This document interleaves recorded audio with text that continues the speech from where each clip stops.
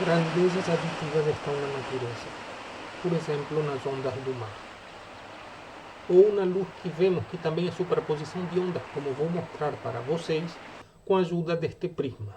A velocidade da luz no vidro é menor do que no ar e depende da frequência ou cor. Como a frequência não varia e a onda é contínua, a luz muda de direção conforme a lei de Snell. Podemos assim ver literalmente que o campo luminoso ou eletromagnético é outro exemplo de grandeza somável. A álgebra linear é a área da matemática que estuda grandezas aditivas ou somáveis, como ondas, forças ou quantidade de movimento. Chamaremos essas grandezas de espaços vetoriais e seus valores de vetores. Estes também estão presentes nas atividades humanas, por exemplo, como tabelas nutricionais, estoques de supermercados, carteiras de investimento ou a produção industrial do país. O domínio de álgebra linear também é essencial para entender e dominar as tecnologias digitais. Sinais sonoros também são grandezas aditivas. Eu vou mostrar isso para vocês gravando um pequeno sinal e manipulando ele com a ajuda da linguagem Julia. Então vamos gravar a álgebra linear. Então aqui as palavras álgebra linear em formato numérico. Álgebra linear. Podemos também ver o sinal com a ajuda da linguagem Julia. Isto daqui é um caderno Jupyter rodando Julia que vocês podem baixar da página do AVA e podem utilizar também. Bom, esse daqui é o sinal sonoro no espaço do tempo. O eixo do X corresponde ao tempo de gravação. Podemos introduzir um eco no sinal, trasladando ele no tempo e multiplicando por uma constante. Tão simples quanto. Então, agora vamos ver o que fizemos. Bom, esse daqui é o sinal original. Isso daqui é a cópia deslocada no tempo. O efeito é o que vocês vão ouvir agora. Álgebra linear. Temos a possibilidade de introduzir mais eco. Álgebra linear. Qual é o avesso da álgebra linear? Agora. Acho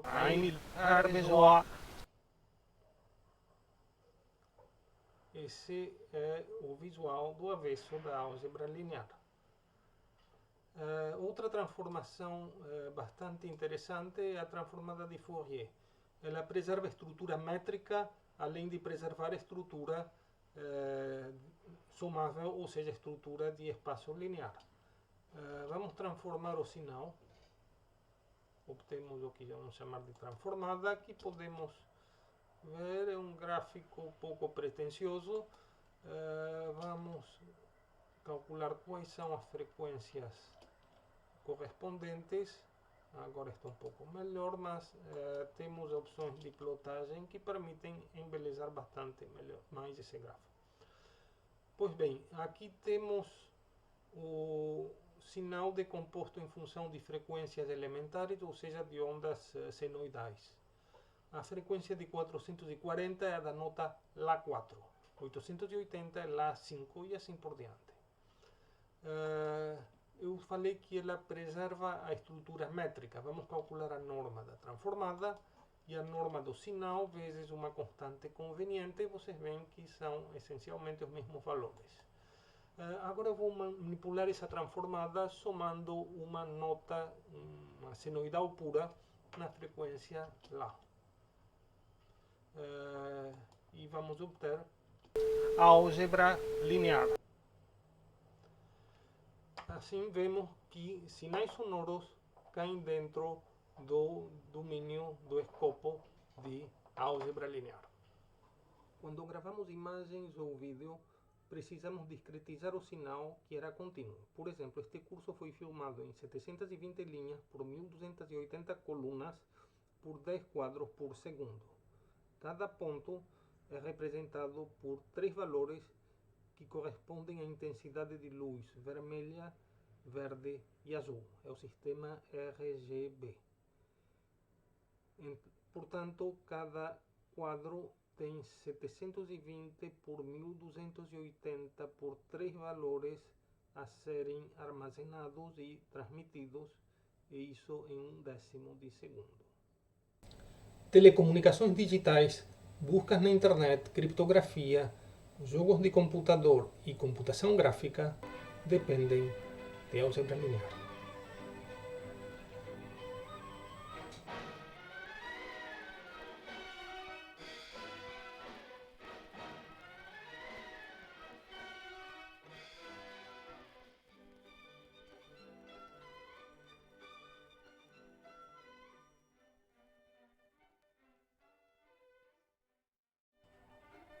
Bem-vindos ao curso de Álgebra Linear Avançada. Este é um curso oferecido no início do mestrado em Matemática e é oferecido também para alunos avançados de graduação em Matemática Aplicada, em Engenharia Matemática e de toda a UFRJ no âmbito do PEM, Programa Especial de Matemática.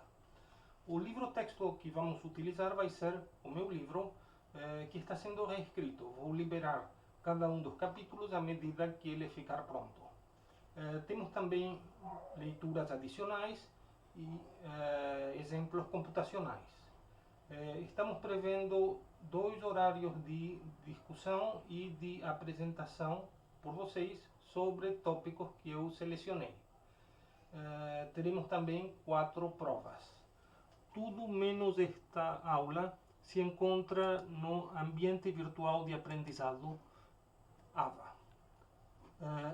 As reuniões virtuais estão marcadas com este Big Blue Button, e a primeira ocorrerá no dia 4 de agosto. Para isso, vocês precisam estar inscritos no AVA. Se vocês têm matrícula na UFRJ, podem se inscrever com a senha Covetor e com as suas matrículas.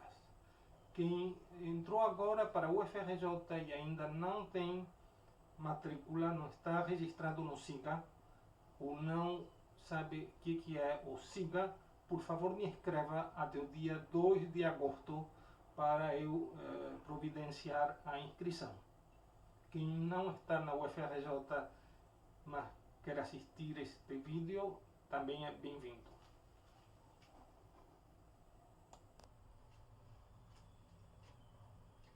Vimos que as grandezas que eu chamei de aditivas estão em todas as partes. A abstração matemática para essas grandezas é o espaço vetorial. Definimos inicialmente um espaço vetorial real como um conjunto com 2 operações, que vamos chamar de soma e de multiplicação por um escalar. Da soma exigimos as propriedades usuais da soma. A soma precisa ser comutativa, associativa, precisa ter um elemento neutro aditivo. Todo elemento U de E precisa ter um inverso aditivo, que é um elemento V, tal que U mais V é igual a 0, chamamos V de menos U. Exigimos ainda que a soma seja distributiva em relação à multiplicação por um escalar.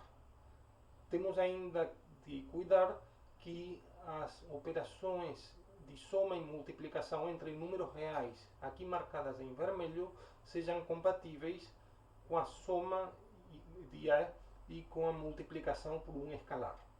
E essas são as últimas propriedades da direita. Veremos na sequência que precisamos de números complexos. Sem eles não há movimento oscilatório, não há som, não há luz, não há eletromagnetismo e seu coração para de bater. Então, eu vou escrever aqui um espaço vetorial complexo. O que precisa mudar na definição? Bem pouco. É só eu mudar aqui. E pronto, já temos uma noção de espaço vetorial complexo. Tudo que mostrarmos exclusivamente baseado nesses axiomas vai valer também para espaço vetorial complexo. Mas se podemos fazer isso com números complexos, podemos fazer isso com corpos arbitrários. Eu poderia aqui substituir C por outro corpo. E nesse caso vamos falar de espaços vetoriais sobre o corpo K. E eu vou escrever isso, vou abreviar assim. E vocês vão ver na live que corpos finitos são importantíssimos para comunicações digitais ou para criptografia. Vocês podem também perguntar aqui por que não permitimos um anel. Finalmente aqui não há nenhuma divisão. Isso acontece neste quadro. Ocorre que alguns dos principais teoremas de álgebra linear exigem a divisão. Se não existe a divisão, vocês vão ter algo equivalente sobre um anel, é chamado de módulo, e isso se estuda em álgebra comutativa. O exemplo canônico de espaço vetorial é o Rn, que é o espaço das n-uplas de números reais. A soma é a soma por coordenadas e o produto por um escalar é o produto desse escalar em cada uma das coordenadas.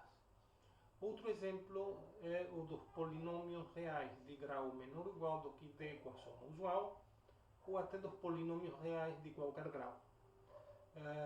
Existem muitos mais exemplos, como por exemplo o espaço das funções contínuas de R em R, das funções diferenciáveis de R em R e assim por diante. Vetores podem ser somados entre eles ou multiplicados por um escalar. Uma combinação linear dos vetores U1 até UK é uma expressão finita desta forma. O conjunto de todas as combinações lineares dos vetores U1 até UK formam um espaço vetorial também. Esse espaço é subconjunto do espaço original e chamamos isso de um subespaço vetorial do espaço original. Note-se que não temos nenhuma garantia de que o mesmo vetor não se escreva de maneira diferente como combinação linear dos mesmos vetores, com escalares com valores dos lambda diferentes. No Rn podemos fazer um pouco melhor escolhendo cuidadosamente os vetores. Definimos a base canônica como esses vetores daqui, a lista desses vetores daqui. São vetores com todas as coordenadas iguais a 0, menos 1. Dado então um vetor qualquer que definimos como uma n-upla, podemos facilmente achar a decomposição desse vetor como combinação linear da base canônica, e a recíproca também é verdadeira. Se um vetor tivesse duas expressões como combinação linear da base canônica, poderíamos subtrair as duas. Como é o mesmo vetor, teríamos 0 aqui do lado esquerdo. E aqui teríamos uma combinação diferente de 0. Poderíamos calcular as coordenadas desse novo vetor, que seria algo diferente do vetor 0, e chegaríamos à contradição que 0 é igual a 0. Nós já temos o conceito de espaço vetorial, que é um conjunto com duas operações internas, a soma e a multiplicação por um escalar. Agora vamos estudar a classe de todas as funções entre espaços vetoriais que preservam essa estrutura. Se E e F são espaços vetoriais reais, dizemos que uma função A de E em F é uma aplicação linear se somente se ela preserva a soma e se ela preserva a multiplicação por um escalar. Em particular, ela preserva as combinações lineares. Note-se que se multiplicarmos uma aplicação linear por um número real, recuperamos uma aplicação linear. A soma de duas aplicações lineares também é uma aplicação linear. Por isso, o espaço de todas as combinações lineares de A em F, que chamamos de L, também é um espaço vetorial real. Agora ganhamos mais uma operação. Além da soma e da multiplicação por um escalar, temos a composição.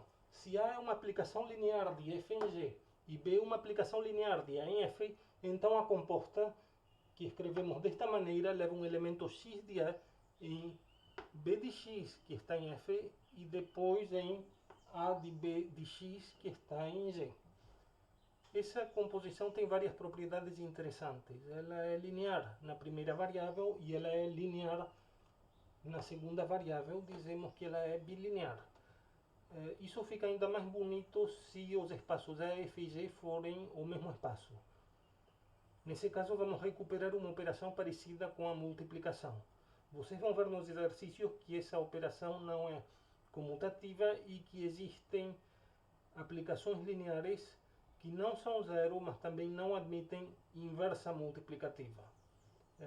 Tirando isso, chamamos essa operação de multiplicação e chamamos essa estrutura de álgebra. Vamos à nomenclatura. Uma aplicação linear de E em E é chamada de transformação linear. Ela pode ser ou não ser inversível. Escrevemos L de E para o espaço das transformações lineares. Aqui são inversíveis, escrevemos como GL de E, G vem de grupo e vamos mostrar que se trata de um grupo. Esse é o chamado grupo linear. Vimos como associar uma matriz a cada aplicação linear. Agora vamos calcular a matriz correspondente à composição de duas aplicações lineares A e B. Para fixar as ideias, assumimos que B vai de Rn em Rm e A vai de Rm em Rl. Um vetor x vai ser levado em y igual a b de x e depois o vetor y vai ser levado em z, que é igual a a de y ou a de b de x. Sabemos calcular z em função de y, as coordenadas estão nesta fórmula. As coordenadas de y em função das coordenadas de x estão na segunda fórmula. Se substituímos yj pelo seu valor aqui embaixo, recuperamos este somatório, no qual podemos trocar a ordem da soma e identificar os coeficientes aos c e k. Com isso recuperamos a matriz da composição, que pode ser também interpretada graficamente como a matriz obtida colocando na posição IK o produto da iésima linha de A com a késima coluna de B. Isso custa L vezes M vezes N multiplicações. Matrizes também podem ser multiplicadas por bloco. Por exemplo, vamos dividir cada matriz N por N em 4 submatrizes de tamanho N sobre 2 por N sobre 2. A mesma fórmula de multiplicação continua válida, desde que entendamos que na fórmula temos multiplicações que são multiplicações matriciais.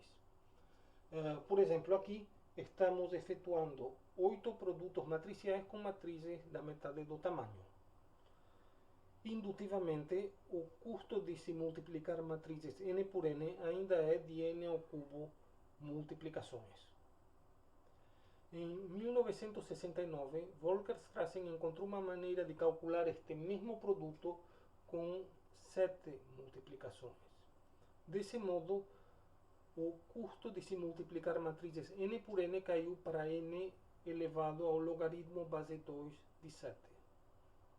O custo medido sempre em multiplicações. Vocês vão ver a fórmula dele nos exercícios. Isso levantou a seguinte pergunta: até onde é possível baixar? Até onde é possível diminuir esse expoente? O menor ômega, tal que o custo da multiplicação matricial seja menor do que n elevado a ômega mais um infinitésimo, é chamado de expoente da álgebra linear. É maior ou igual do que 2, é menor ou igual do que 3, é menor ou igual do que 2.807, mas a história continuou, como vocês podem ver, e chega até os dias presentes. Em 2014 foi realizado o último avanço e desde então não houve progresso. Este problema está em aberto e isto é a álgebra linear.